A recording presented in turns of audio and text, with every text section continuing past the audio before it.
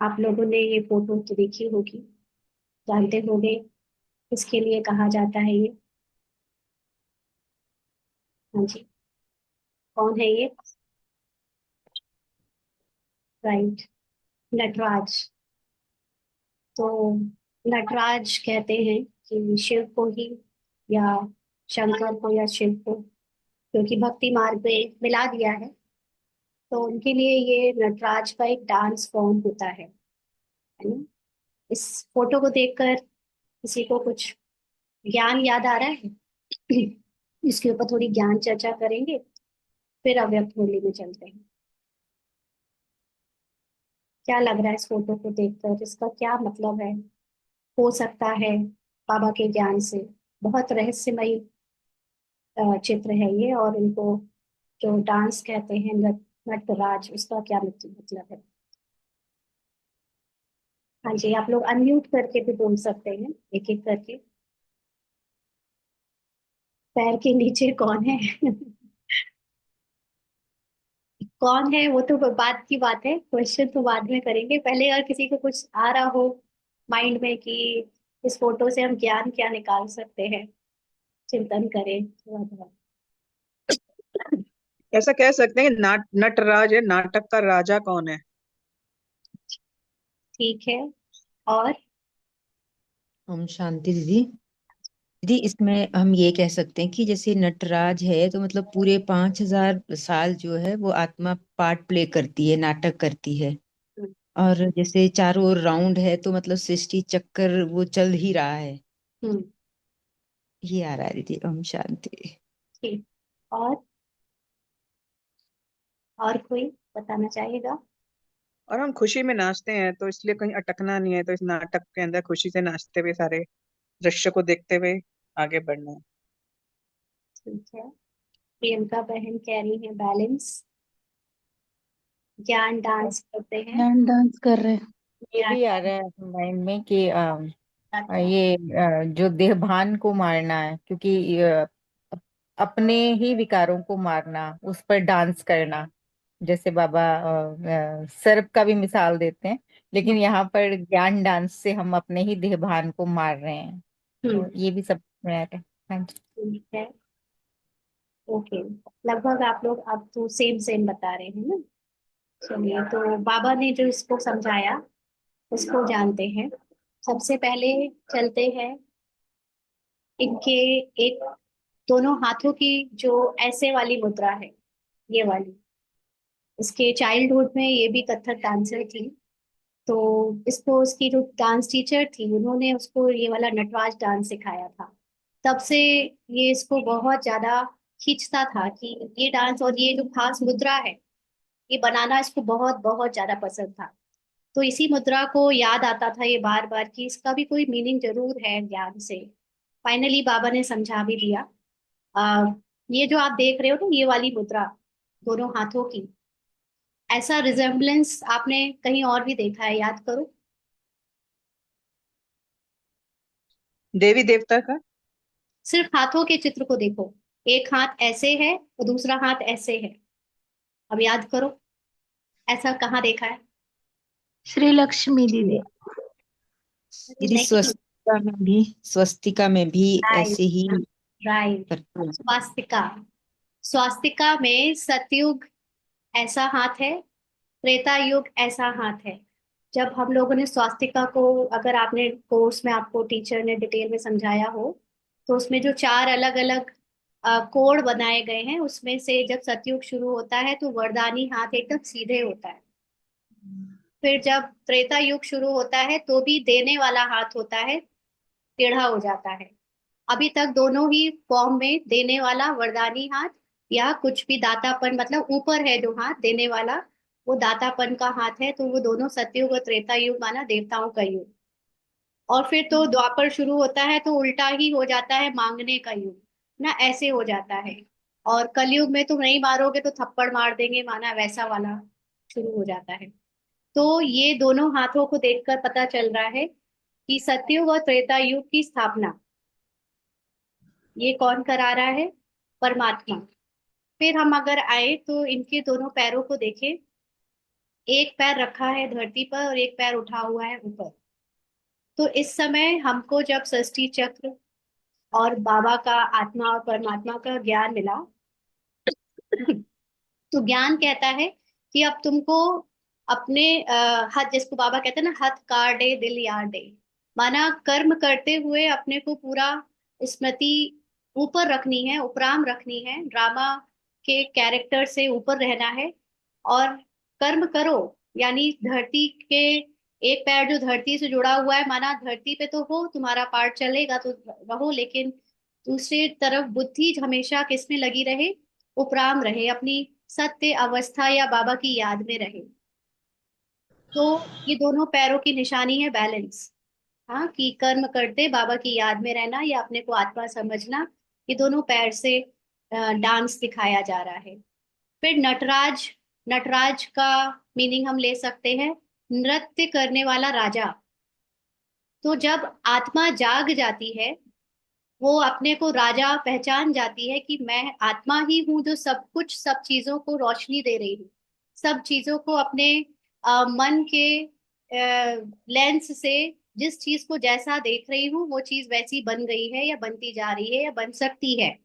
तो ये राजा जब जाग जाता है तो वो ड्रामा के पूरे चक्र में को देखते हुए उसमें नृत्य करता है, माना नटराज हो जाता है। नृत्य का मतलब है कि हम अब उपराम अवस्था में, साक्षी दृष्टा अवस्था में, पूरे ड्रामा में कहीं भी फंसते नहीं हैं, उलझते नहीं हैं, उसमें अपनी पहचान नहीं बनाते, तो हमारे लिए पूरा ड्रामा बहुत इंटरटेनिंग हो जाता है।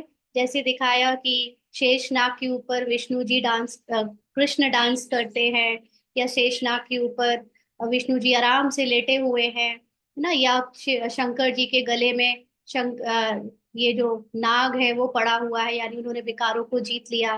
तो मतलब हम सब जब आत्मा की स्थिति में सोल कॉन्शियसली पूरा स्थित हो जाते हैं, तो हमारे लिए यही जीवन मुक्ति है, यही डांस करना है, यही ड्रामा में एकदम फ्री होकर इंजॉय करना शुरू हो जाता है। फिर ये जो अभी पूछा भाई ने कि ये लेटा कौन है नीचे, तो ये है द्वैत, ये है मन। जब जैसे ही आत्म द्वापर युग से आत्मा के अंदर जो मन था, उसने अपनी अलग, इसका नाम है कुछ, मैंने इसके बारे में सर्च किया था, ये कौन है लेटा हुआ, उसका नाम है कुछ आ से, मुझे याद नहीं आ रहा। उसका मीनिंग होता है द्वैत, डुअलिटी। तो जब तक हम डुअलिटी में है, माना हम जब तक हम दूसरों को अपने से अलग देख रहे हैं, सारा संसार हमको कण कण में बटा हुआ दिख रहा है, अलग दिख रहा है, तब तक हम सुखी नहीं रह सकते, तब तक हम डांस नहीं कर सकते, तब तक हम जो है सतयुग और त्रेता युग, जो कि स्वास्तिका का जो ऐसे हाथ में मुद्रा दिखाई है, वहां नहीं पहुंच सकते। और जब हमारे अंदर की डुअलिटी को जीत लेते हैं हम, यानी माइंड को जीत लेते हैं हम, उसके ऊपर जब हम विजय प्राप्त करते हैं, तो हमारा ये नृत्य राज, यानी आत्मा राजा नृत्य करना शुरू कर देती है। ये है नटराज। फिर उनके हाथों में, एक हाथ में अग्नि दिखाते हैं, एक हाथ में त्रिशूल दिखाते हैं।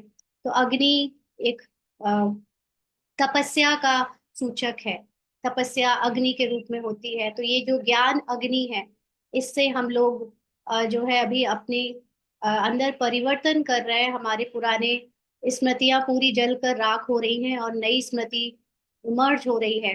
और इसमें तो दूसरे हाथ में पता नहीं क्या लिया है, किसी किसी क्षेत्र में त्रिशूल लिया होता है, किसी में कुछ और। तो त्रिशूल तो हम समझ ही सकते हैं, त्रिकालदर्शी, तीनों कालों को जान लेने वाला, है ना। तो इस तरह से ये नटराज है, यानी हम नटराज बनने का पुरुषार्थ कर रहे हैं, या हम ही नटराज अपने को अंदर से समझे। तो जो ये हाथों की मुद्रा है, ये फॉर्म कर, ये सतयुग त्रेता युग में हमारी जो स्मृति होने जा रही है, उसके लिए आधार है नीचे पैरों की मुद्रा। यानी एक पैर जमीन पर और एक पैर ऊपर, जैसे गणेश जी के में भी दिखाते हैं कि धरती पे रहे, जैसे राजा जनक के बारे में कहते हैं कि सब कुछ करे लेकिन बुद्धि हमेशा ऊपर, यानी अपनी हाईएस्ट कॉन्शियसनेस में रहे, बाबा की याद में रहे, परमात्मा की याद में रहे, और अपने को आत्मा, हाईएस्ट सोल के रूप में देखे। तो ये बैलेंस बन जाता है। तो ये है। नटराज। ठीक लगा? चलिए, इससे रिलेटेड कुछ पूछना है किसी को? अनम्यूट कर सकते हैं आप लोग, फिर हम लोग अभी होली आगे कुछ कुछ करेंगे। नहीं? चलो, आज हम लोग कल जो कंटिन्यू कर रहे थे, हमारा चल रहा था समय अब घर जाना है, इसी का सीक्वेंस आगे पढ़ेंगे। बाबा ने अलग अलग मूल्य में जो अलग अलग पॉइंट्स दिए हैं, उसी का पॉइंट है एक। बाबा ने कहा कि सभी ने वायदा तो किया है ना कि साथ रहेंगे, साथ चलेंगे। किया है? वायदा किया है। साथ चलेंगे या पीछे पीछे आएंगे?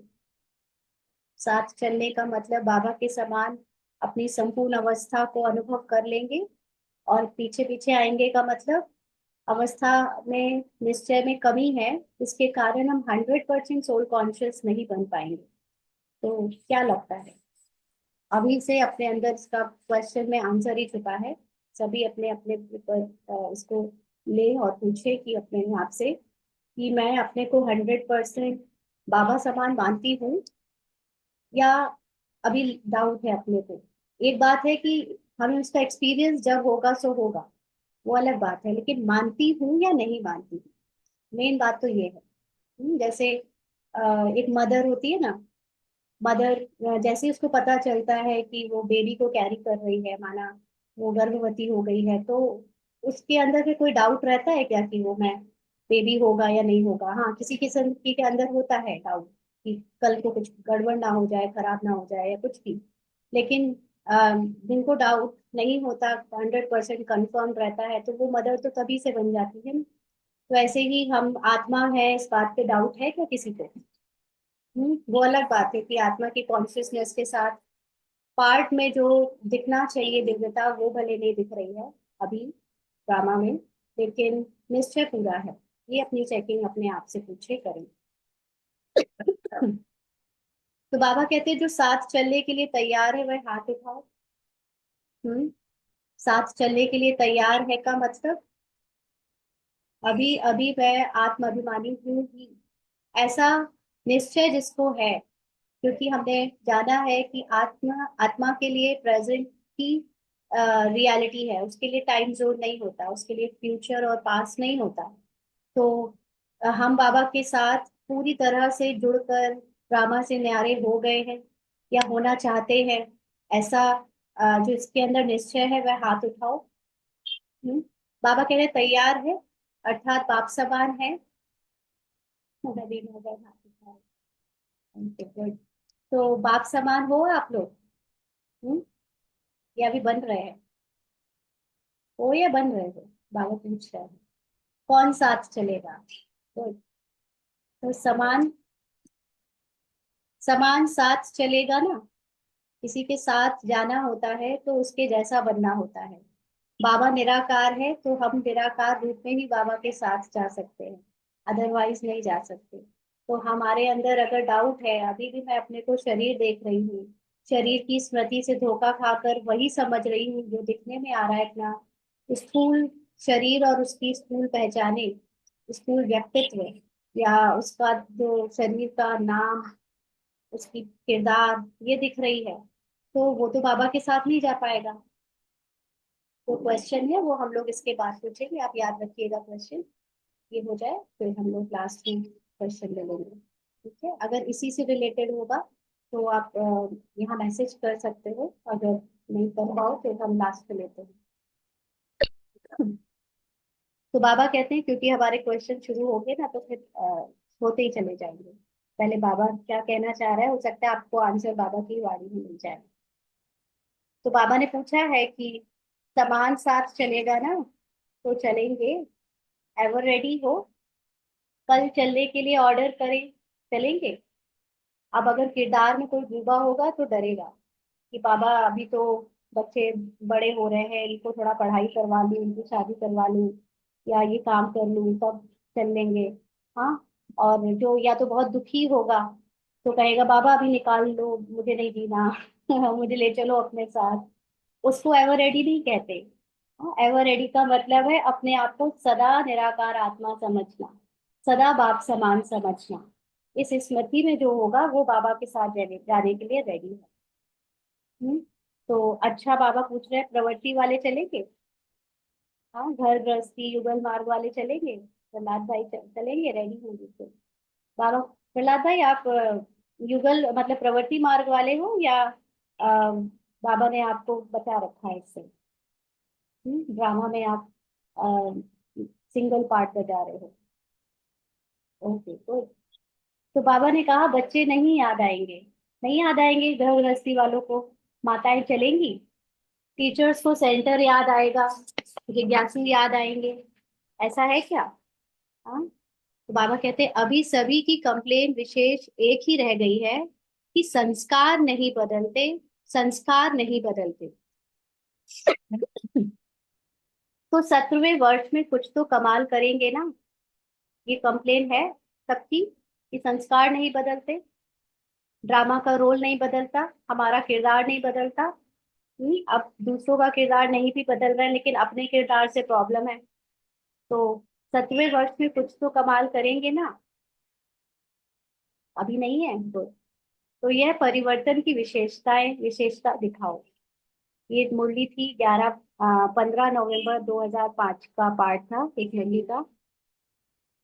तो बाप दादा यही चाहते हैं, पूछते हैं ना बाप क्या चाहते हैं हमसे, तो बाप दादा यही चाहते हैं कि समय से पहले सब एवर रेडी बन जाओ, समय आपका मास्टर नहीं बने। हम्म। समय के मास्टर आप हो, इसलिए यही बाप दादा चाहते हैं कि समय के पहले संपन्न बन विश्व की स्टेज पर बाप के साथ साथ आप बच्चे भी प्रत्यक्ष हो। तो यहाँ पर दो चीजें। पहली बात कि समय समय हमारा मास्टर बने, इसका मतलब है कि जो देह भान से निकले नहीं हैं, जो अभी तक देह की पहचानों के कारण दुख उठा रहे हैं, उससे डिस्ट्रैक्ट हो रहे हैं, उनके लिए फिर समय ऐसी परिस्थिति खड़ी कर देगा कि उनको मजबूर होकर जो ड्रामा में किरदार दिख रहा है उससे बचने के लिए उसको भूलना ही उनकी इच्छा होगी, तभी वो उस पार्ट से निकल पाएंगे। अभी जैसे कोई कोई फंसा हुआ है बहुत गहराई से अपने ड्रामा के किरदार में, तो वो कहता है कि मैं हमेशा सोल कॉन्शियस स्थिति में नहीं रह पाता हूँ, या नहीं रहता हूँ, या चाहता भी नहीं हूँ, क्योंकि मुझे अभी वो ही खींच रहा है ना। तो ऐसे में जब समय इतना ज्यादा आपको उस परिस्थिति में दुखी कर देगा, तब आपके पास एकमात्र यही उपाय रह जाएगा कि आप उस परिस्थिति को भूल जाओ। और दूसरा है कि जब तक हम बाप दादा के समान नहीं बने हैं, तब तक हम बाबा को प्रत्यक्ष भी नहीं कर पाएंगे। कहने का मतलब कि हमें हमारी स्थिति को बाप दादा या बाबा के समान निराकारी बनाना ही होगा। और हमारी उस निराकारी अवस्था से ऑटोमेटिकली दूसरों के द्वारा ये कहा जाने लगेगा या महसूस होने लगेगा कि ये तो जैसे भगवान है, ये तो जैसे उनको क्योंकि परिचय मिल चुका होगा कि बाप भगवान निराकार है और भगवान हाईएस्ट है। तो हाईएस्ट तो सब जानते ही हैं, लेकिन वो सर्वशक्तिवान जो बाबा के लिए बोला जाता है, वो मेरे कैरेक्टर और मेरे रोल में भी वो सर्वशक्तियां दिखनी शुरू हो जाएंगी। तो बाबा प्रत्यक्ष हो जाएगा, माना मेरे द्वारा, मेरे ही चाल चलन द्वारा, मेरी वाइब्रेशंस के द्वारा बाबा प्रत्यक्ष होगा कि इनको ऐसा बनाने वाला इनका टीचर वही होगा जो जिनके जैसे ये बने हैं। तो वो कौन है? वो बाबा है, वो भगवान है। तो बाबा चाहता है कि हम सभी समय के पहले, क्योंकि वो समय बहुत तेजी से बढ़ रहा है, संसार में दुख का टाइम बहुत तेजी से आ रहा है।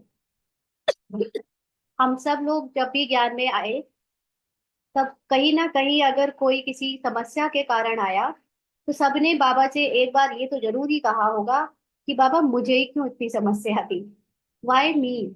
हाँ। जो नहीं आए समस्या के कारण, लेकिन ज्ञान लेने के लिए सिर्फ आए, तो उनको भी कोई ना कोई तो बाबा से उस वक्त रही होगी ऐसी अपेक्षा की, अपेक्षा नहीं, अपेक्षा की अपेक्षा पता नहीं, एक्सपेक्टेशन, हाँ अपेक्षा।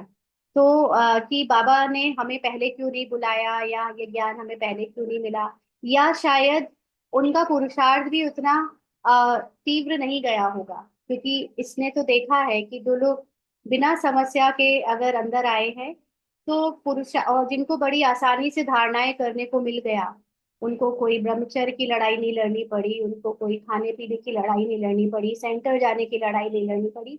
वो लोग थोड़ा सा ढीले भी हैं, उतना फास्ट नहीं है, और वो उतनी समझ से नहीं समझते हैं चीजें, जितना कि जिन्होंने स्ट्रगल करके बाबा के बने हैं। उनका पुरुषार्थ ज्यादा तीव्र और अनुभवी होता है। और बाबा कहता भी है ना कि अनुभवी मूर्त होने से ही आप सफलता मूर्त बनोगे। तो जब तक आपने किसी चीज का स्ट्रगल नहीं किया है, उस चीज को कैसे पाए, तब तक आपको जो आसानी से कुछ मिल गया तो हम उसकी वैल्यू को उतना नहीं समझ पाते या अनुभवी मूर्त नहीं बन पाते। तो इसलिए बाबा कह रहे हैं कि समय आपका टीचर ना बने, है ना। समय आएगा, बाबा के बच्चे समय के पहले बाप समान बन जाए, ताकि जब संसार की आत्माओं को हमसे या बाबा से, भगवान से रहम चाहिए या दान, महादान या वरदान चाहिए, तो हम बाबा की जगह उपलब्ध हो उनकी मदद के लिए। फिर बाबा ने कहा कि विश्व के आगे ताली बजे, सबके मुख से यह आवाज निकले, हमारे इष्ट आ गए, हमारे पूज्य आ गए। लक्ष्य पक्का है ना। अभी सभी इंतजार कर रहे हैं। अभी इन्हों का इंतजार समाप्त करो, प्रत्यक्ष होने का इंतजाम करो।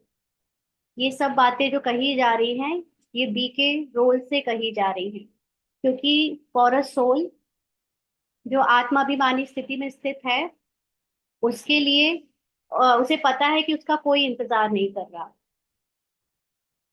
आत्माभिमानी स्थिति पे उसे सब आत्मा ही दिखते हैं, और उसे सब अपने जैसे समान संपूर्ण आत्मा ही दिखते हैं। उसे ना कोई दुखी दिखता है, ना कोई परेशान दिखता है। और इसीलिए वो जानता है कि इंतजार कोई और नहीं कर रहा, इंतजार मेरी ही संपूर्ण अवस्था कर रही है, कि जल्दी से जल्दी उस संपूर्ण अवस्था को मैं अनुभव कर पाऊं। तो ये रोल अगर सुनेगा, तो उसको लगेगा कि हाँ मैं इष्ट देवी हूँ, हाँ मैं पूज्य हूँ, तो मुझे अपने भक्तों को मदद करनी है। और ये फॉल्स ईगो भी एक जो ब्राह्मण में आ जाता है कि हम करने वाले हैं, हम लोगों के इष्ट देवी है, कुल देवी हैं, ये उनके लिए पुरुषार्थ में मदद करता है, उनको लौकिक शरीर की पहचानों से निकलने में। क्योंकि हम जब तक अपने को लौकिक में ऊंचा नहीं समझेंगे, क्योंकि हमने लौकिक में बहुत जन्म अपने को नीचा समझा। पहले भारत में ही देखा जाए तो और महिलाओं को, माताओं को बहुत नीचे गिरा दिया ना, माया के अनुसार उनको नरक का द्वार बोल दिया गया। या भाई हो चाहे बहन हो, दोनों के ही अंदर जो कॉन्फिडेंस था, वो रोल कॉन्शियस होने के कारण करेक्ट नहीं था। जो सही कॉन्शियसनेस होती अगर, तो कॉन्फिडेंस बहुत होता और राइट कॉन्फिडेंस होता। अभी फॉल्स कॉन्फिडेंस है। मतलब अगर कोई किसी विशेषता में अच्छा है तो उसका अहंकार है, या कोई के पास धन ज्यादा है तो उसका अहंकार है, या किसी के पास कोई विशेषता नहीं है, धन नहीं है, तो उसको उसका नहीं होने का एक, जिसको कहते हैं शिकवा है या दर्द है। तो ये सारे फॉल्स ईगो हैं। तो रोल को ये लगता है कि मैं कुछ ऊंचा हूँ, सबसे अलग हूँ, सबके लिए कुछ करूं, तो वो अपने आप को श्रेष्ठ समझेगा। और बाबा इनडायरेक्टली हमको रोल तक पहले श्रेष्ठ बनाता है, कि हम जो अभी रोल में ही बहुत अपने को गिरा चुके थे, कॉन्फिडेंस खो चुके थे, पहले तो हमारा रोल में कॉन्फिडेंस लौट आए। तो इसीलिए जब हम इष्ट देवी और पूज्य की बात करते हैं, तो ये रोल की एक कॉन्फिडेंस की बात है। तो ये यहाँ तक तो हम आ चुके होंगे या आ रहे होंगे, या अब सबका अपना अपना होगा, लेकिन अभी इसके भी आगे जाना है। और जब सोल कॉन्शियस स्थिति बन जाती है, तो हमें बाबा की ये बात भी समझ में आ जाती है कि एक्चुअली में मुझे अब किसी को कुछ देना है ही नहीं। मैं दाता नहीं बनूं, क्योंकि दाता का मतलब रियल फॉर्म में देखें, तो दाता का मतलब ये नहीं है कि हम किसी को मुंह से बोलकर वरदान दे रहे हैं तो वो दाता है। दाता का मतलब है कि हम उनको उनकी शुद्ध पवित्र सत्य में देख रहे हैं, उनकी सतो प्रधान स्थिति में देख रहे हैं, और ये सहयोग जो मैंने उनको दे दिया है उनकी सत्यता में देखने का, उससे उनके अंदर भी वाइब्रेशन से वो सत्यता पहुंच गई है कि वो भी अपने ड्रामा के रोल से या उसकी सफरिंग से मुक्त हो जाए। ये देना अपनी दृष्टि देना कहलाता है। माना हमने अपनी वृत्ति से उनके लिए जो उनको सत्य में देखने का सहयोग दिया, ये दातापन है। तो कोई भी हमारे सामने जब आता है, चाहे जैसे आज ही किसी का कॉल आया था, तो वो अपनी रोल में इतनी डूबी हुई दुखी थी कि उन्होंने कहा कि मेरे साथ ऐसी ऐसी प्रॉब्लम है, और वो उस बात को लेकर जैसे कुछ हो नहीं रहा, कुछ ठीक नहीं हो रहा, सब कुछ ज्ञान जानने के बाद ऐसे उस उनको कंप्लेन थी। लेकिन एक पल को तो ये भी उसमें बह गई थी कि हाँ, उनके साथ ये प्रॉब्लम है तो ये ऐसे ना करे, वैसे करे। लेकिन थोड़ी देर के बाद इसको तुरंत याद दिलाया बाबा ने कि तुम, वो तो जो अपनी डूबी है तो सही, अलग बात है। तुम देखो अपनी दृष्टि की, तुम उसको कहीं उसके दुख से तो नहीं पहचान बना रही हो। उसके रोल में जो उसको दुख मिला है वो भी एक्टिंग में है।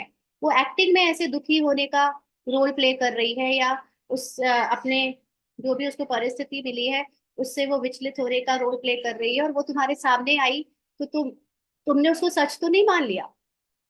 तुम उसको सत्य की दृष्टि से देखो कि वो एक्टर सत्य रूप में मेरे जैसी है, बाप समान है, बिल्कुल आनंद में है, समस्या से पूरी तरह दूर है।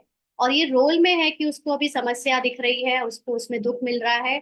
और जैसे ही उसको उस दृष्टि से देखा तो कहीं ना कहीं उसको वो अनुभव हुआ होगा कि वो इजी हो गई, वो हल्की हो गई, उसको जैसे शक्ति मिल गई। हमने आपको एक दिन पहले भी बताया था एक बार कि जैसे इसकी लौकिक में जो मदर है, उनको भी एक बार ऐसे शरीर में परेशानी थी, तो एक पल को ये बह गई थी इमोशन में कि कितना दुख है उनको, ऐसा वैसा। लेकिन फिर उसको तुरंत याद आया कि ये तो कैरेक्टर में उनको माँ के रूप में या शरीर के रूप में उनको दर्द फील हो रहा है, बट रियल में तो वो पूरी आनंद में है, सुखी है। वो आत्मा को कुछ नहीं हुआ है, आत्मा एकदम स्वस्थ है। क्योंकि आत्मा तो अस्वस्थ होती ही नहीं। तुरंत ऐसा सोचते ही वहां से उनके चेहरे की जो शिकन थी वो चेंज हो गई, और वो खुश हो गई। भले ही दर्द गया भी नहीं, लेकिन उनका ध्यान उससे हट गया। तो हमें जो चीज को खत्म करना होता है, हाँ, राइट, वरदानी बोल आप नहीं भी बोल पाए तो भी आप वरदानी दृष्टि से उनको मुक्त कर देते हो उनके दुख से, क्योंकि वो एक्चुअली में दुखी है नहीं, बट वो रोल में डूबे हुए हैं और उसको सत्य मान रहे हैं, इसीलिए वो दुखी लग रहे हैं। तो आज इसका एक और इसको समझाने के लिए बाबा ने एक्सपीरियंस कराया। ये बाय चांस टीवी देख रही थी, टीवी में इसने न्यूज लगाई। हाँ, तो न्यूज में जो लगातार चार पांच चैनल आते हैं, तो एक न्यूज के चैनल में आ रहा था कि कोई कहीं पे विरोध चल रहा है, उसमें स्टूडेंट्स पानी की टंकी में चढ़ गए। फिर दूसरा चैनल चेंज किया तो दूसरी जगह कोई धर्म के नाम पर लड़ाई कर रहा है, तो कोई स्पीकर के बारे में सब अपनी राय दे रहे हैं, वहां पर भी ऐसी टर्ब्यूलेंस दिखा। फिर तीसरा सीन दिखा कुछ ऐसे ही, न्यूज थी तो न्यूज में क्या ही आता है, यही सब आता है। तो इसने अनुभव किया कि अगर मुझे अपने सामने से कोई परिस्थिति को हटाना है तो मैं उसको देखना ही बंद कर दूं। अब अगर वो जो टंकी में चढ़कर जो दिखाया जा रहा था कि स्टूडेंट चढ़े हैं और विरोध कर रहे हैं, सपोज खुद सोचो आप, कोई भी ऐसा, चाहे वो हम हो चाहे कोई और हो, कुछ भी करता है वो इसलिए करता है क्योंकि उसको देखने वाले लोग हैं। अब ये टंकी में जो चढ़ा है, इसके सामने से सारी जनता जनार्दन हट जाए, सारी मीडिया हट जाए, सब लोग हट जाए, कोई देखने वाला ना बचे, वो टंकी में अभी भी चढ़े रहेंगे? चढ़ेंगे? जब कोई है ही नहीं उनको देखने वाला। जितना लोग उनको देखेंगे उतना वो और शक्तिशाली बनता जाएगा, वो और नाटक करेगा। ऐसे ही दूसरे चैनल में दिखाया जा रहा था कि कोई धर्म के नाम पर उसके सामने लाखों लोग खड़े हैं, और वो स्टेज में खड़े होकर बड़े ताकत से लोगों को गुमराह कर रहा है या जो भी भाषण दे रहा है, तो बहुत पावरफुली वो होता जा रहा है। हाँ, तो इसमें भी अगर वो सारी जनता उसके सामने से हटा दो, सारा मीडिया कैमरा हटा दो, एक तोता भी वहां ना आए, फिर वो उस स्टेज में खड़े होकर उसके अंदर वो कॉन्फिडेंस दिखेगा बोलने का? हम्म? कोई किसी को देखने वाला होता है, और जितने ज्यादा लोग उसको देखने वाले या जितना ज्यादा देर उसको देखने वाले होते हैं, उतना वो स्ट्रांग बनता जाता है। ये हो गया फिजिकल रूप में। जैसे यहाँ पर ही देख ले या हम कहीं भी देख ले, आजकल ऑनलाइन कोई पॉडकास्ट कर रहा है, कोई कुछ कर रहा है, हाँ क्लासेस कर रहा है, मोटिवेशन दे रहा है। अगर उनके सामने पहले कुछ लोग आए होंगे, फिर और लोग आए, फिर और जितने ज्यादा लोग उनको देखने लगे, उतने ही उसके अंदर कॉन्फिडेंस आ गया कि मैं सब सही कर रहा हूँ। और वो अपना, और उसको अच्छा है या बुरा वो करता जा रहा है। और जैसे ही वो सारे उसके सामने से हट जाएंगे, वो कुछ कर ही नहीं पाएगा, है ना। उसको दिखाने के लिए जब कोई ऑडियंस ही नहीं है तो वो क्यों कुछ करेगा। सेम हैपेंस विद आर विकार। जो हमारे अंदर वाइसेस हैं या दूसरों के अंदर जो वाइसेस हैं, आप ऑब्जर्व करना कि किसी और को जब गुस्सा आता है, अगर कोई उसका गुस्सा देखने वाला ही नहीं है तो वो शांत हो जाता है। वो गुस्सा इसीलिए ज्यादा कर रहा है क्योंकि कोई है जो गुस्सा देख रहा है।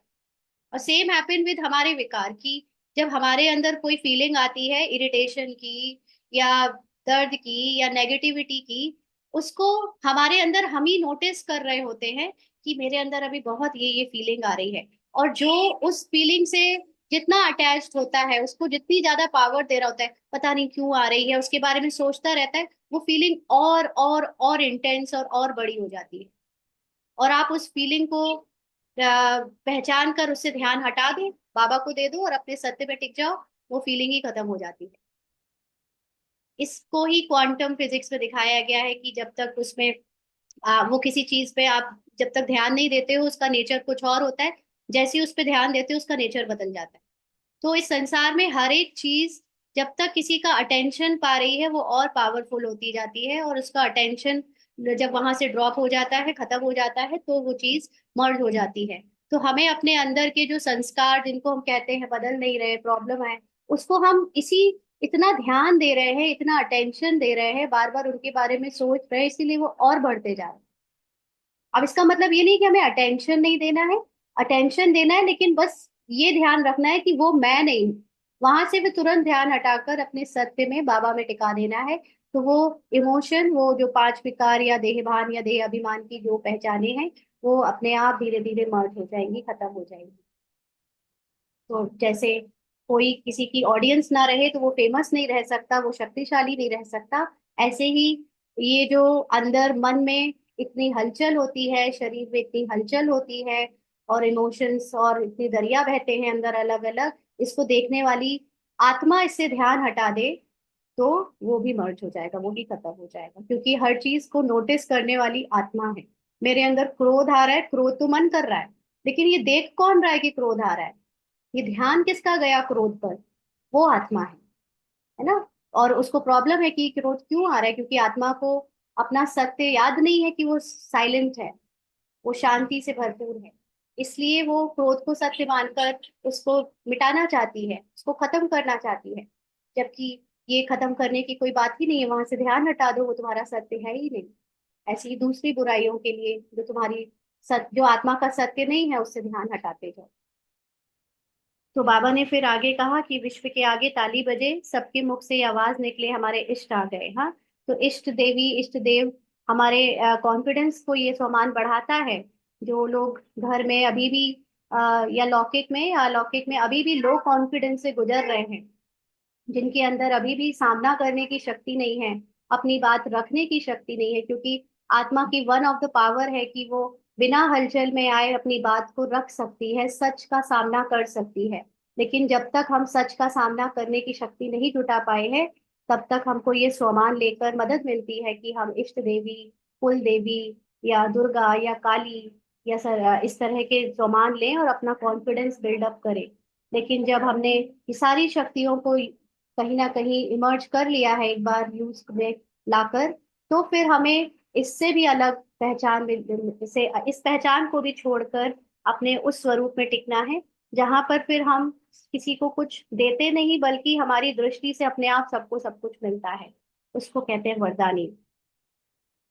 हाँ, तो बाबा कहते हैं आप प्रत्यक्ष हो जाएंगे तो विश्व शांति स्वतः हो जाएगी। ये बात देखो, अभी तक विनाश में बहुत लड़ाई झगड़ा होना था, तब विश्व शांति होनी थी। और बाबा ने यहाँ कहा कि आप प्रत्यक्ष हो जाएंगे। आप प्रत्यक्ष हो जाएंगे माना मेरी सोल कॉन्शियस आइडेंटिटी निरंतर हो जाएगी, और वो कर्मों में जब दिखनी शुरू हो जाएगी तो लोगों को ये आभास हो जाएगा कि ये तो जैसे स्वयं ही भगवान आ गया। और ऑटोमेटिकली जब खुद सोचो कि सच में अगर भगवान आ जाए, तो जो लोग आज इतना रावण की तरह हा हा कर रहे हैं और चारों तरफ डर फैला रहे हैं, वो खुद डर के मारे, भगवान के नाम पे ही तो डर फैला रहे हैं आज ज्यादातर लोग, तो वो खुद डर के मारे अपने बिल में चले जाएंगे, अपने आप शांत हो जाएंगे। बाबा कहते हैं ना, तुम्हारा कोई निधन का मतलब तुम निधन के हो गए हो, कोई तुम्हारा देखने वाला नहीं है। तो कौन देखने वाला नहीं है? हमारे अंदर के रावण को, कंस को देखने वाला अभी तक आत्मा सोई हुई थी। अब वो जाग गई है, तो ये कंस और रावण को ज्यादा दिन जागने को नहीं रह सकता, इसको अब वापस सोना पड़ेगा। अब इनको सोना पड़ेगा, और जब वो सो जाएंगे तो हम प्रत्यक्ष हो जाएंगे। और ये अपनी अपनी खुद की इंडिविजुअल पुरुषार्थ रहेगी, जिससे, क्योंकि शांति, हम देखें तो वो विश्व की शांति जो दिख रही है, वो विश्व की शांति नहीं है, वो मेरी शांति है। हम एक एक के लिए अपनी अपनी शांति का मैटर है। क्योंकि अगर मेरे अंदर शांति है तो मुझे संसार की अशांति से फर्क नहीं पड़ता, क्योंकि मुझे वो अशांत कर ही नहीं सकती। ऐसे ही हम हर एक मनुष्य आत्मा अगर अपने अंदर शांति को पूरी तरह बैठा ले, तो विश्व में कहीं भी किसी भी कोने में कुछ भी होता रहे, हम जानते हैं कि सब कुछ मेरे संकल्पों की रचना है। और वो अशांति सब कुछ संकल्पों में ही मुझे परेशान कर रही थी। अब मेरे संकल्प ही शांत हो गए हैं, तो अब मुझे विश्व की शांति, ऐसा नहीं कि विश्व की शांति से मतलब नहीं है, लेकिन विश्व बना ही मेरे संकल्पों से है। तो जब मेरे संकल्प ही शांत हो गए तो विश्व ही जैसे शांत हो गया, है ना। तो इसलिए ये जो बाबा कहता है हाहाकार के बाद जय जयकार होगी, तो हाहाकार क्या, हमारे अंदर अभी सारे रावण, सारे कंस निकलेंगे, जो 63 जन्म से हम भूल गए हैं, याद भी नहीं है हमें क्या क्या हमारे अंदर गंध भरी पड़ी है 63 जन्मों की, वो सब निकलेगी। और हमें लगेगा कि जैसे बहुत हाहाकार हो रही है अंदर, जैसे पागलों जैसा हमको फील भी हो सकता है। लेकिन जब वो सब निकलने देंगे हम, जैसे कि बोला कि उससे ध्यान हटाते जाएंगे, अपने सत्य पे टिकाते जाएंगे, तो फिर वो हाहाकार एक टाइम के बाद पूरी निकल जाएगी और शांति हो जाएगी। और फिर हमारे द्वारा जब दैवीय पाठ रोल शुरू हो जाएगा, अभी ही, सतयुग में नहीं, अभी ही संगम युग में ही, तो जय जयकार हो जाएगी, यानी विश्व में शांति हो जाएगी। तो ये बाहर की बातें, ये अंदर की बात है। तो बाबा कहते हैं देखो प्रकृति भी अभी कितनी तंग हो रही है। बाहर की जो भूकंप है, बाहर की जो क्लाइमेट चेंज है, वेदर चेंज है, वो सब इस बॉडी का वेदर चेंज है। क्या हम लोग अपने शरीर में चेंज फील नहीं कर रहे? हमारे बॉडी में कोई कोई चीज कितनी अजीबो गरीब बिहेव कर रही है। हमारे हम सब के अलग अलग रूप में देखें तो सबकी अलग अलग बॉडीली कुछ प्रॉब्लम्स हैं, समस्याएं हैं, और कुछ तो पता है और कुछ नहीं पता है ना। राइट, सेंसेशंस होती हैं। कई बार तो हमारी मदर तो कहती है कि मेरा तो ऐसा ऐसा दर्द होता है, मैं किसी को एक्सप्लेन ही नहीं कर सकती क्या होता है, मैं क्या बताऊं क्या होता है। हाँ, ऐसे होता है हम लोगों को भी कि एक्सप्रेस नहीं कर सकते क्या हो रहा है, उसकी कोई दवा नहीं, और डॉक्टर भी सोचता है कि क्या दवा दूं उस चीज की, या वो तो यही कह देता है ये सब आपके दिमाग में है और कुछ नहीं। क्योंकि जो हमारे बॉडी प्रकृति में हो रहा है, 5 तत्वों में हो रहा है, वो ही बाहर हो रहा है। जो हमारी बॉडी जैसे जैसे आत्मा की सतो प्रधानता अचीव होगी, बॉडी में भी परिवर्तन होंगे, सफाई होगी, तो बॉडी की भी बीमारियां निकलेंगी, है ना। तो जब बॉडी की बीमारियां निकलेंगी, तो जैसे आयुर्वेदिक में होता है या ऐसे किसी किसी मेडिकेशन में होता है कि पहले सारी बीमारी बढ़ती है और फिर शांत हो जाती है। तो ऐसे ही हमारे अंदर पूरी सफाई होने के पहले सारी बुराइयां और बढ़ेंगी, और ज्यादा गुस्सा आ सकता है, और ज्यादा इरिटेशन हो सकती है। किसी के अंदर अगर झूठ बोलने का संस्कार था और हम उसको खत्म कर रहे हैं, तो और भी ज्यादा झूठ बोलेंगे। मतलब जो बीमारी, जो कमजोरी थी अंदर है, या कई तो हमें पता भी नहीं कि और क्या क्या है, वो भी निकलेगी। होम्योपैथी में भी ऐसा होता है, राइट ना। तो जब ये सब निकल जाएगा तो उसके बाद फिर शांत हो जाएगा, उसके बाद सॉल्यूशन हो जाएगा, और प्रकृति भी, हमारे शरीर की प्रकृति चेंज हो जाएगी माना, कॉस्ट्यूम चेंज हो जाएगा तो बाहर का भी सतो प्रधान प्रकृति और कॉस्ट्यूम मिलेगा। तो आगे बाबा कहते हैं कि अभी पीछे आने वाले भी ऐसा लक्ष्य रखो। माना जो लोग बाद में आए हैं या हम सब लोग जो एंड में आए हैं, लेकिन ये टाइम पीरियड हमारे लिए बहुत सुंदर है, क्योंकि अब हमारे लिए टाइम वेस्ट करने का हमको जरूरत नहीं, और वेट करने की भी जरूरत नहीं, क्योंकि सब कुछ सामने दिख रहा है। और सबसे बड़ी बात कि अब यथार्थ ज्ञान हमें बहुत फास्ट पुरुषार्थ करा रहा है। तो बाबा कहते हैं समय कम है, इसलिए तीव्र पुरुषार्थ द्वारा नंबर आगे ले सकते हो। अभी भी टू लेट का बोर्ड नहीं लगा है, लेट का लगा है। अभी भी अगर हम चाहे सोल रियलाइजेशन कर ले, तो हम अभी भी बहुतों से जो यज्ञ में पिछले 70-80 वर्षों से भी चल रहा है, उनसे भी आगे जा सकते हैं, क्योंकि उनकी भी सोल कॉन्शियस स्टेज अभी तक यथार्थ ज्ञान ना होने के कारण पूरी तरह बनी नहीं है। तो इसलिए जितना पुरुषार्थ करना चाहो उतना आगे बढ़ सकते हो, क्योंकि पुरुषार्थ यानी आत्माभिमानी बनना, और आत्माभिमानी बनने के लिए हमें लंबा ड्यूरेशन की बात नहीं, एट प्रेजेंट अगर हम बनना सीख जाएं, प्रेजेंट में रहना सीख जाएं, तो हम बहुतों से बहुत आगे जा सकते हैं। तो तीव्र पुरुषार्थ करना है ना, पूछ रहे बाबा। अभी ढीले पुरुषार्थ का समय गया है, जो हम ऊपर से जो रोल को चेंज करने के लिए पुरुषार्थ कर रहे थे, अब उसका समय गया, चलने का गया। ना चलना मतलब एक एक संस्कार को बदलना, एक एक संकल्प को बदलना, इसका समय अभी गया।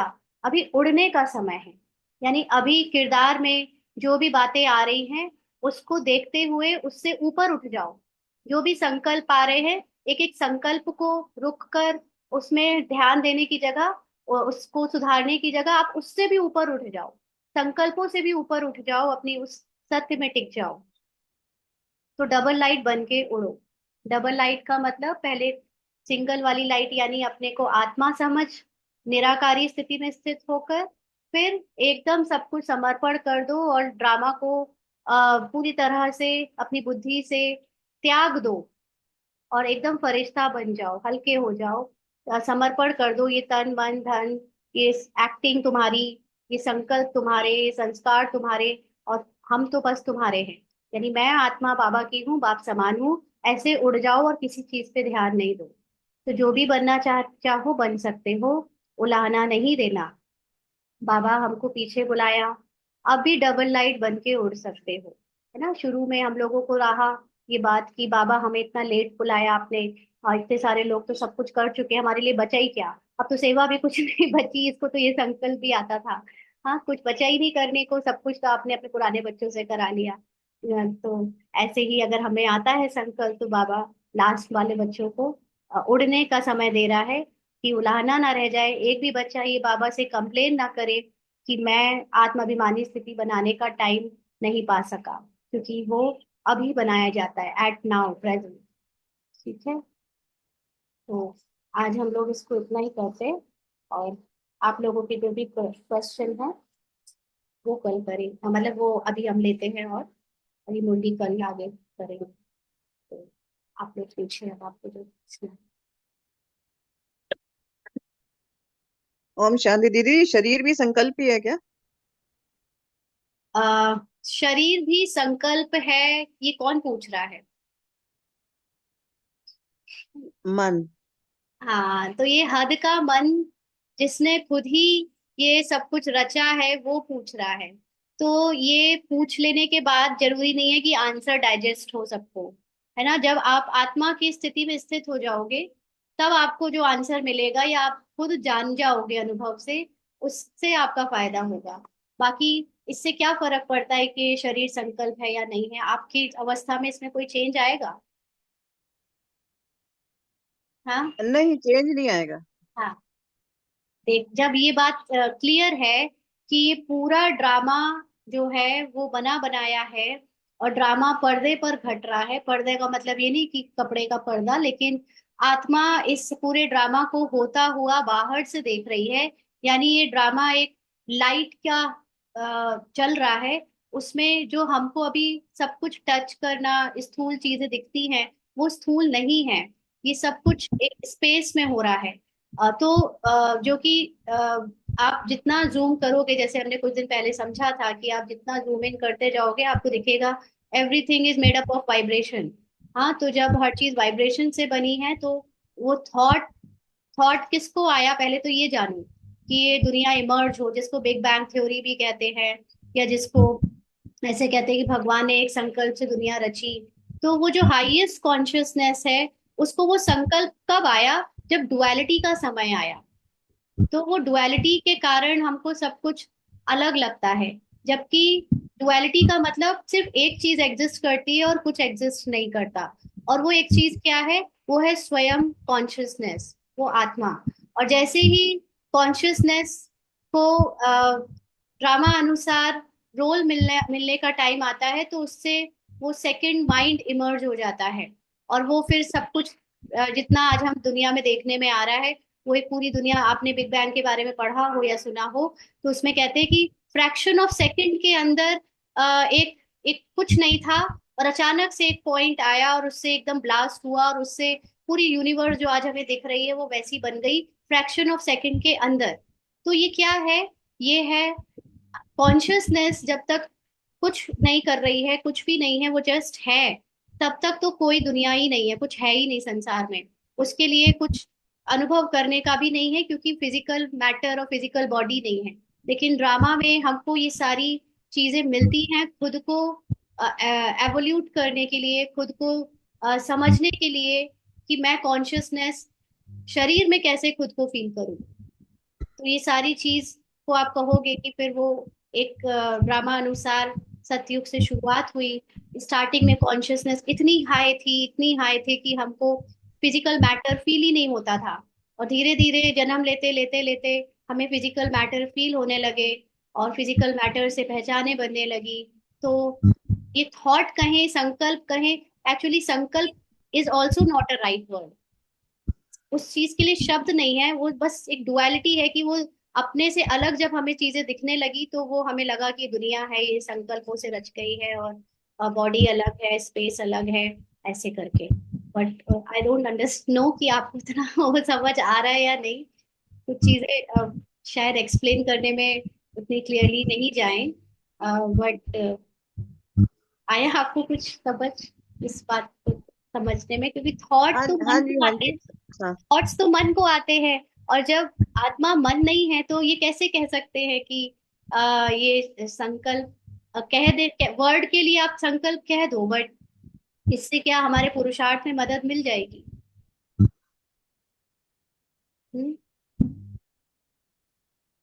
ठीक है। ये भी समझ सकते हैं, क्योंकि आत्मा के लेवल पे उसको थॉट्स भी फील नहीं होते। और हम इसको समझें अगर कि थॉट के लेवल पे अगर हमें चीजें डिफरेंट लग रही हैं, तो हम उससे अपनी सोल कॉन्शियस स्थिति से बार बार बाहर आ सकते हैं कि इस शरीर को जो सेंसेशन हो रहे हैं वो मैं नहीं हूँ, ऐसे हेल्प मिलती है। बट मेन बात है कि जब शरीर को कुछ होता है, या शरीर जब तक किसी चीज से पहचान बनाए हुए है, तो उसको वो फिर शरीर रियल ही फील होता है। उस चीज में फिर हम कौन सा ज्ञान अप्लाई करें? जी, गरिमा बहन। साक्षी दृष्टा।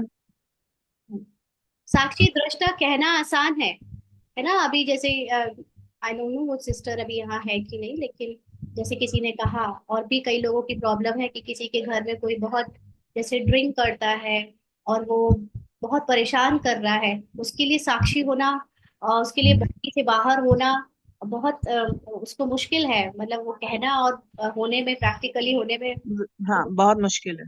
है ना? तो इसलिए हम सॉल्यूशन ऐसा देखें, ऐसी कुछ चीजें सीखें ज्ञान में जो हमको उस अवस्था में हेल्प कर सके। तो ठीक है, वो भी हेल्प करता है अगर कोई बाहर है, उससे ऑलरेडी साक्षी हो रखा है तो। जो नहीं हुआ है अभी तक बॉडी से साक्षी, उसकी तो वो सीन उसको साक्षी करने के लिए ही चल रही है। तो लेट्स सी उसका कब इनलाइटनमेंट होता है और कब वो उससे फ्री हो जाए। वो तो दीदी फिर सेवा के भाव से भी थोड़ा सा ऐड कर सकते। हाँ, अपनी कॉन्शियसनेस पे वर्क करना पड़ेगा, एकांत में जाकर, जब सब कुछ ठीक चल रहा है, जब कुछ गड़बड़ नहीं है, उस समय तपस्या बढ़ानी पड़ेगी। क्योंकि वो जो एकांत में की गई तब, इसलिए बाबा मॉर्निंग वाले अमृत वेले पर जोर देता है, क्योंकि उस समय सब सोए होते हैं, और उस समय अगर आपने अपने अंदर सोल कॉन्शियसनेस स्थिति पर अच्छे से वर्क कर लिया, तो फिर आपके जो पूरे दिन परेशानी परीक्षाएं आनी है, वो सोल कॉन्शियस स्थिति में सोचे गए ज्ञान और विचार की शक्ति आपको हेल्प करती है पूरे दिन चलाने में। और हमने अगर वो समय छोड़ दिया तो जैसे ही सब जाग जाते हैं, तो फिर वही आप ऑलरेडी सफरर हो जाते हो, है ना। तो अकेले में अब हम जैसे लोगों को कुछ टाइम मिल जाता है कि हम लोग अकेले में रहें, अकेले में सोचें, चिंतन करें। बट मेजोरिटी लोग तो पूरी तरह लोगों से भरे पड़े हैं, उनके व्यवहार से और उनके सब सोशल लाइफ में घुसे हुए हैं, उनको कैसे वो एकांत मिले। इसलिए उनके लिए अमृत वेला इज मस्ट, कि अमृत वेले जब सोए पड़े तब आप करें। हाँ जी, गरिमा बहन आप बताओ। ओम शांति दीदी। जी।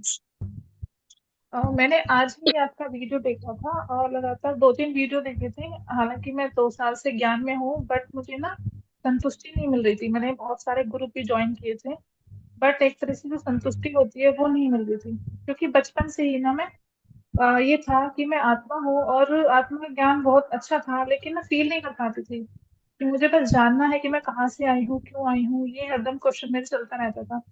और अभी बस जब बाबा मिले हैं तब ये हुआ कि हाँ, अब मुझे सच्चा ज्ञान मिल गया है। बट लेकिन सोल कॉन्शियस जो हुआ जाता है, जैसे आपकी वीडियो में मैंने देखा, आपने बहुत बहुत डीपली समझाया। और इतना डीपली कि आज तक किसी ने इतना समझाया नहीं, क्योंकि इतनी अपनी भी समझ नहीं है कि हम इतना गहराई तक जा सकें। तो सोल कॉन्शियस होने के लिए मैं यहाँ पर बस एक ज्यादा सम... एक चीज शेयर करूं या एक चीज आप लोगों से कहूँ। जस्ट एक मिनट, फिर आपकी बात कंटिन्यू करेंगे।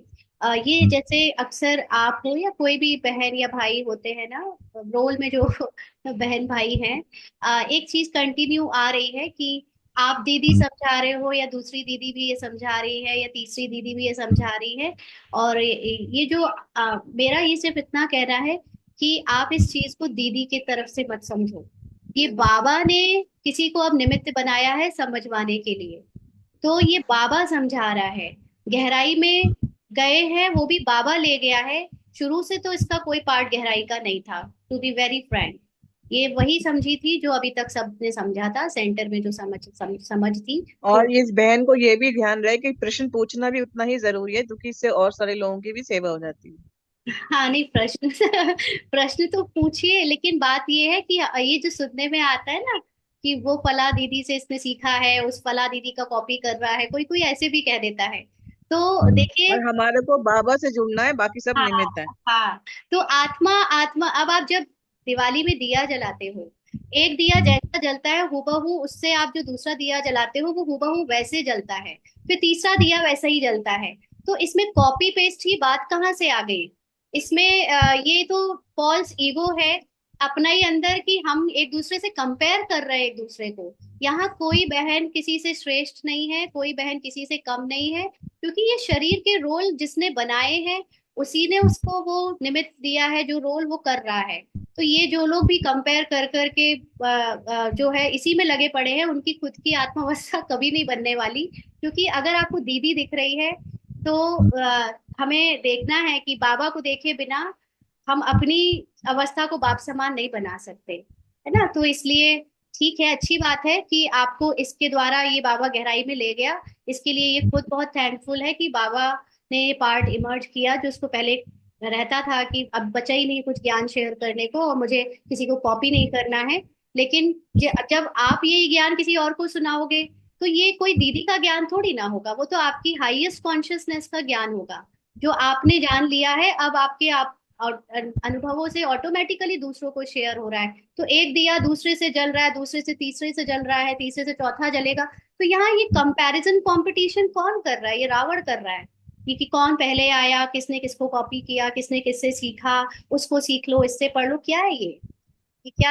ये ब्राह्मण जीवन में हमको शोभा नहीं देता जो लोग बीके बनने के बाद भी ऐसे करते हैं। हाँ जी, अब पूछो उत्तर। सॉरी दीदी, मुझसे, क्योंकि अभी क्या है ना नहीं नहीं, आपसे कि कोई इतना गलती सोल नहीं हुई। कॉन्शियस। ये मुझे पहले ही से शेयर करना था, वो बाय चांस अभी आपसे आपके टाइम पे ये चीज बोली। अच्छा, मैंने भी ये चीज काफी बोल दी है ना कि हाँ, मतलब इस तरह से मुझे हुआ है, नहीं इस तरह नहीं, से उसकी कोई बात नहीं है, हुई है। आप उसको बिल्कुल पर्सनली नहीं लेंगे। नहीं, तो बस यही था कि बस सोल कॉन्शियस होने के लिए काफी प्रैक्टिस भी करती हूँ मैं, और ड्रामा को भी मैं अलग देखती हूँ कि ड्रामा अलग है, चल रहा है, और मैं अलग हूँ। बट अभी क्या है ना, पूरे सोल कॉन्शियस होने के लिए क्या बैठना जरूरी है, या फिर चलते फिरते भी पूरी तरह से नहीं हो पाता है, मतलब कहने का ये है। जब आप सोल कॉन्शियसनेस आपकी बढ़ने लगती है तो आपको बैठने में इंटरेस्ट नहीं आता, आप चलते फिरते ही होने लगती है। चलने फिरने में सोल कॉन्शियस स्टेज बनाना ही सफलता है।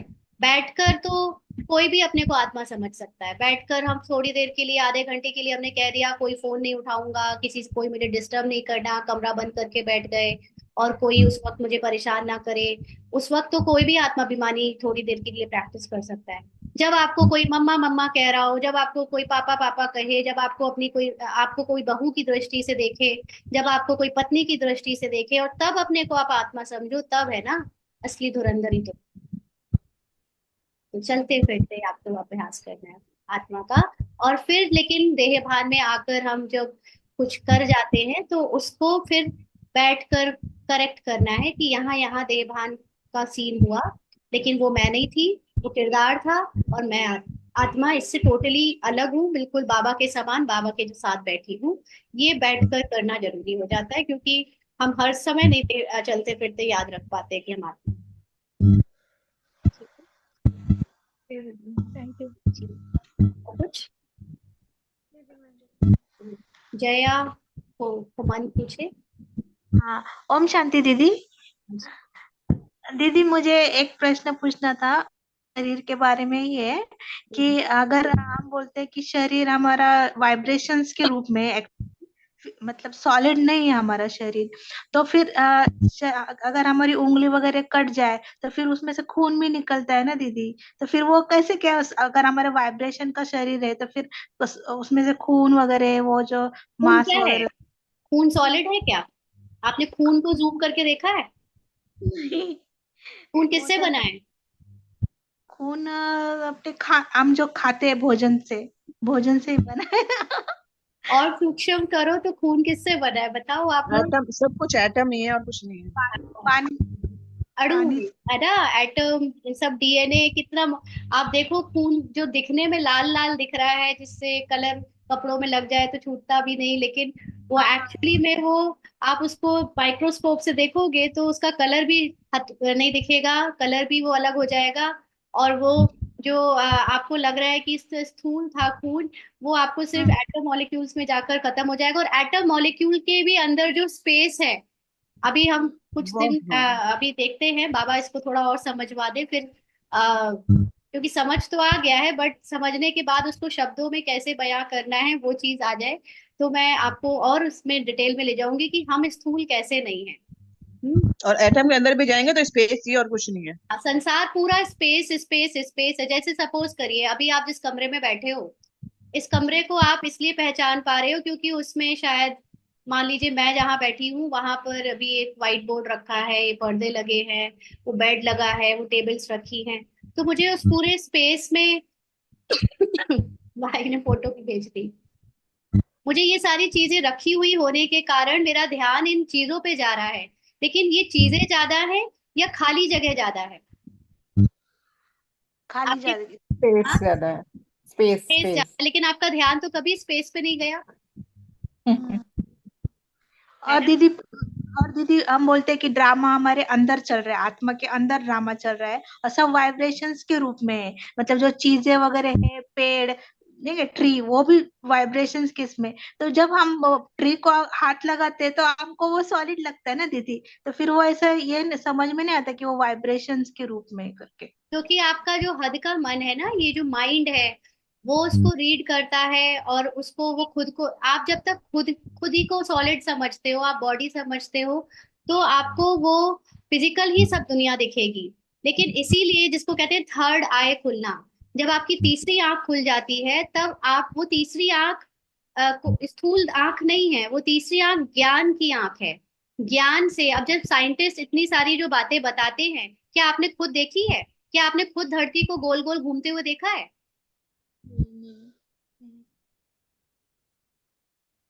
नहीं देखा वो होगा। नहीं देखा। लेकिन आपने ज्ञान से माना कि वो ज्ञान है कि धरती गोल गोल घूमती है। आपने साइंटिस्ट ने या किसी ने आपको बताया कि फला चीज ऐसे होती है, क्या आपने उसको खुद वैसे होते हुए देखा? नहीं दीदी। सब कुछ ज्ञान से जानकर आप उसको ट्रुथ मानने लगे। आपको बचपन में किसी ने अंधविश्वास सिखाया कि बिल्ली रास्ता काट जाए मतलब कुछ गलत होगा, क्या आपने हाँ, खुद गलत होते हुए देखा था? नहीं। लेकिन अभी ज्ञान तो से मान लिया कि वो गलत होता है। ऐसे ही जब बाबा हमें जो जो सत्य है, जब वो सत्य ज्ञान दे रहा है, तो आपको कुछ बातें उसको सत्य मानकर जब चलोगे, तब आपको उस चीज का अनुभव होना शुरू होगा। और जो माया दिखा रही है, इसलिए बाबा कहता है आंखों से धोखा नहीं खाना। आंखों में ये दुनिया जो स्थूल दिख रही है उससे धोखा नहीं खाना। वो आपको जैसी दिख रही है वो वैसी बिल्कुल नहीं है। वो आत्मिक अवस्था बनने के बाद आपको पता चलेगा वो वैसी नहीं है। हद के मन को तो अभी सब कुछ स्थूल और रियल दिख रहा है, और उसको लग रहा है कि ये मेरे साथ कट रहा है, ये मेरे साथ हो रहा है, ये सब कुछ रियल में है ना। पहले आप सोल कॉन्शियस स्थिति को बढ़ाओगे तो समझ और आनी शुरू हो जाएगी। जी जी ठीक है? दीदी। ज्ञान के साथ योग। योग जी माना आत्मा में स्थित होना, और ज्ञान माना ये जो बाबा हमको डिटेल्स बता रहा है उसका मनन चिंतन करिए। जी दीदी। थैंक यू दीदी। और किसी को पूछना है?